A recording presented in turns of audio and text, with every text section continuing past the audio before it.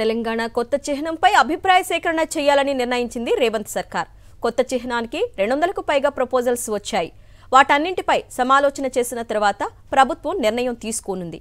కేంద్ర ప్రభుత్వ నిబంధనలు, ఇతర అంశాలను పరిగణలోకి తీసుకోవాలని నిర్ణయించింది. ఇక జూన్ 2న తెలంగాణ గీతం మాత్రమే ఆవిష్కరించనుంది ప్రభుత్వం. రైట్, ఇక అభిప్రాయ సేకరణపై మరిన్ని డీటెయిల్స్ మా ప్రతినిధి రాకేష్ అందిస్తారు. రాకేష్, తెలంగాణ రాష్ట్ర కొత్త చిహ్నం విషయంలో తెలంగాణ ప్రభుత్వం కీలక నిర్ణయం తీసుకుంది. చిహ్నం విషయంలో ప్రజాభిప్రాయ సేకరణ చేయాలంటూ కూడా నిర్ణయం తీసుకోవడం జరిగింది. దీంతో జూన్ 2న చిహ్నం విడుదల చేస్తారని అందరూ భావించినప్పటికీ ఆ నిర్ణయం వాయిదా పడ్డట్టే. మరికొంత ఆలస్యమయ్యే అవకాశం కనిపిస్తూ ఉంది.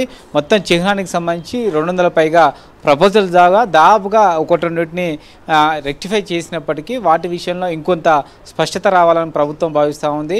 అన్ని వర్గాల ప్రజల అభిప్రాయం తీసుకున్న తర్వాత చిహ్నం పైన ఒక నిర్ణయం తీసుకోవాలనేది రేవంత్ రెడ్డి అభిప్రాయంగా తెలుస్తూ ఉంది. ఈరోజు సాయంత్రం 4 గంటలకు సెక్రటరియట్లో సిపిఐ, సిపిఎం అలాగే టీజేఎస్, ఎంఐఎం పార్టీలతో కీలక సమావేశం జరగబోతూ ఉంది. రాష్ట్ర గేయంతో పాటు చిహ్నం పైన కూడా చర్చ జరగబోతూ ఉంది.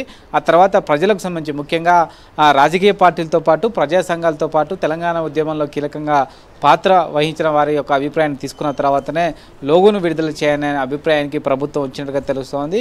200 పైగా వచ్చిన చిహ్నాలను ప్రజాభిప్రాయ సేకరణ తీసుకుని ఆ తర్వాత దానిపైన ఒక నిర్ణయం తీసుకునే అవకాశం కనిపిస్తుంది. మరొక ముఖ్యమైన అకేషన్ రోజు లోగోను విడుదల చేసే అవకాశం కనిపిస్తుంది. దీంతోపాటు కొన్ని సాంకేతికపరమైన ఇబ్బందులు కూడా ఉన్నాయనేది ప్రభుత్వ వర్గాలు చెప్తా ఉన్నారు. కేంద్ర ప్రభుత్వానికి సంబంధించి కొన్ని నిబంధనలు ఉన్నాయి.